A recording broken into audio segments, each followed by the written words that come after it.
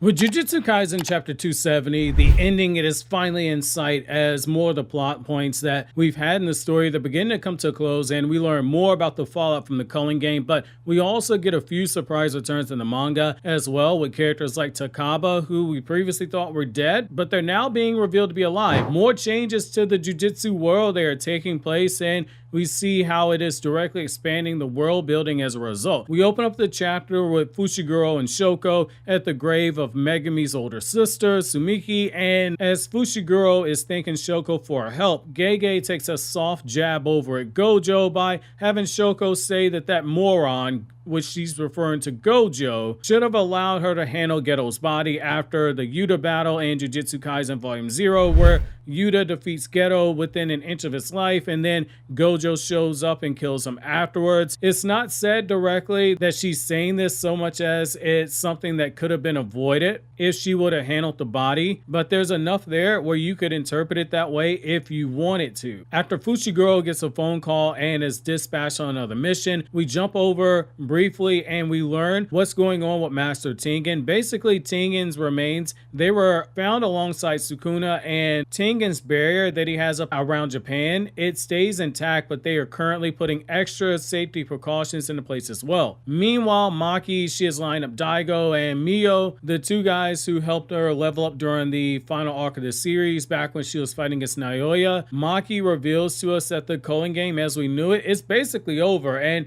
things are changing, and that there are talks about what to do with the incarnated players such as Daigo and Mio. That's a big plot point to address because essentially I have characters such as them who existed in other time periods walking around and they're out of place right now. You have to find a way to end their stories, which that also goes back to what Kenjaku stated back when the Culling game originally was happening, which is that in order for it to officially end, all players other than Geto and Fushiguro have to be killed. So you do have a few more sorcerers from other time periods that are out there, and the story telling you that in universe they are meeting to discuss what to do with them. As far as Geto and Fushiguro, it is very important to remember that Geto was Kenjaku who was controlling his body, and technically, Geto did die during the game because Yuta sneak attacks him. However, Megumi didn't die in the traditional way. Yuji was able to strip him from his body and he killed Sukuna as a result. But Fushiguro, he never technically died in the sense like Fushiguro died. Maki's words that Megumi came back alive almost implies that this is Gege counting that as a death given Maki's words. Basically, killing Sukuna did kill Megumi according to the Culling game rule, but that also leaves the door open potentially for there to have been a rule change made to the Culling game following Sukuna's defeat to essentially stop the game from functioning altogether as we know it, which we've seen in the past, like Kenjaku, where he was doing all that smooth talking and he was clever enough with his words that he kept twisting the orders to the floating tool for the Culling game until it finally got the rule changes that he wanted, which that seems to have been what happened on screen here. The prospect of a rule change, it also makes even more sense when you consider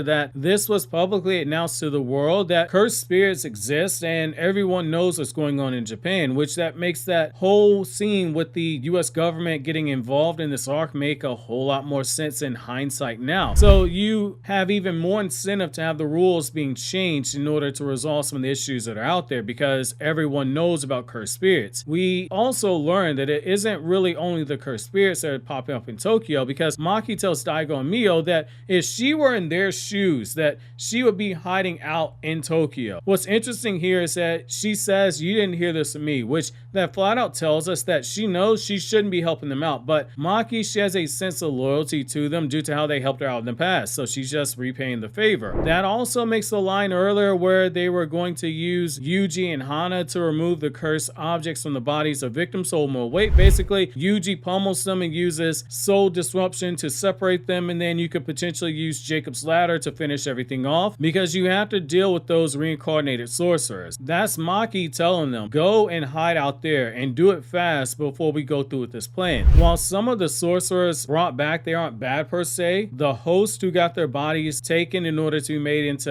hosts and vessels, that makes them victims. So this is more Jujutsu Kaisen playing in that morally gray area that we saw at the very beginning of the series, which I do think it is fitting given that we're closing up this part of the story. You're coming coming full circle in a lot of ways. We then shift over to the other characters that we had met in the Culling game to wrap up some of their story arcs or to bring closures to some of the characters, like how we see Charles working on his manga and giving his preference for printed manga over digital manga, which I never thought I'd be seeing this, but Charles is officially my Jujutsu Kaisen spirit character for that one line. Printed manga over digital manga all day. In short, Charles is getting his chance to have his manga published and is rushing to make the deadline for the first chapter, and he's going super old school, using traditional tools and not digital tools. So think of it like Charles is doing what the Boruto mangaka Mikio Ikimoto does, where he uses old school pens to draw the manga versus newer mangaka. They tend to use digital tools in order to create their products. That's why Charles, his editor, is telling him, hey, make sure you get to the print shop before it closes, because he's hand drawing the chapter that he's going to hand in. You have to make copies to send it to the magazine, whereas a digital mangaka could just email the file. We also have Utahime and Gakuganji taking the time to put Sukuna's remains in a location so that the remains of Tengen that are in that lump of flesh that left behind Sukuna can be used for powering the barrier. This, without going into spoilers, reminds me of what you have happen at the end of Bleach with a certain character I'm not going to name. We're told that there's enough residual power there left behind for them to have time to figure out what they're going to do next. But for now, the barriers up around Japan, they're going to stay up until they can deal with the cursed spirits. That makes a lot of sense, just given Tengen made the barrier so long ago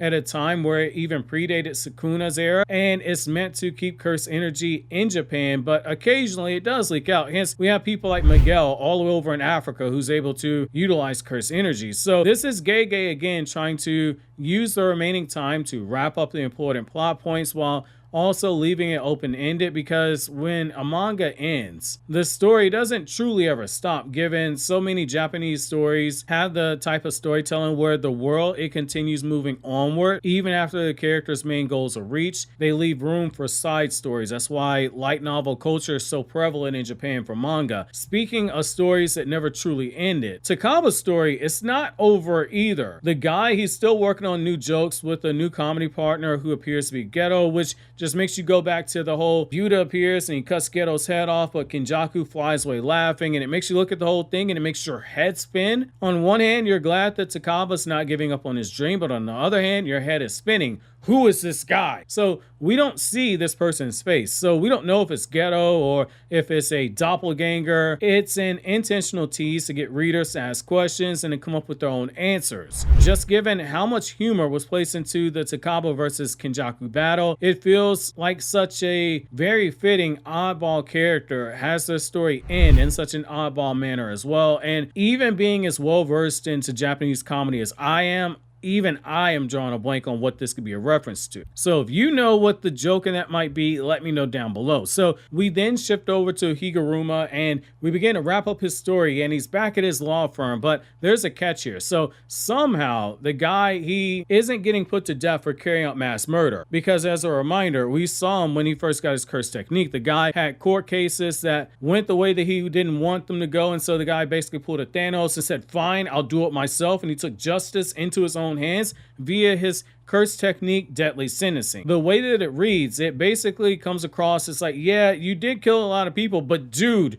you like totally helped bring down Sukuna, and so you're gonna work for us as a jujutsu sorcerer. So all is forgiven. And it kind of goes back to it. Even Sukuna saw the potential that Higuruma had. Now, we also get more closure with Fushiguro and Hana, which that continues Megumi's prior words to apologize to everyone who suffered at his hands when Sukuna took over his body. He's telling her, hey, I'll protect you from now on, because as a reminder, Hana did lose her limb during this arc. So this is Fushiguro trying to make things right in that regard. But in typical Japanese comedy, there's a classic gag of you got one character who's talking about one thing and another character hears it, and so they interpret it a completely different way. So Hana hears this and she thinks, oh my god, Fushiguro's proposing to me. But that's not what he's saying. It's the same thing that we saw with Dragon Ball Super, the exact same gag a few years ago in the anime, where Goku and Vegeta saw Trunks feed Mai a senzu senzu bean, giving it to her mouth to mouth. And Goku made a comment asking why was he doing that, as in the mouth to mouth feeding of a senzu bean. And Vegeta took it as Goku was talking about why was Trunks kissing Mai, and he asked him, did you ever kiss your wife before? It's the same thing here with Megumi and Hana, though it is better executed in that regard, which that's saying something because Dragon Ball is known for its comedy as well as its fighting. So at the end of the chapter, we see Nobara and Yuji and Megumi, and they're going on their final mission together, and it appears as if this is what Maki was talking about, the removal of cursed objects in vessels that have been reincarnated as sorcerers.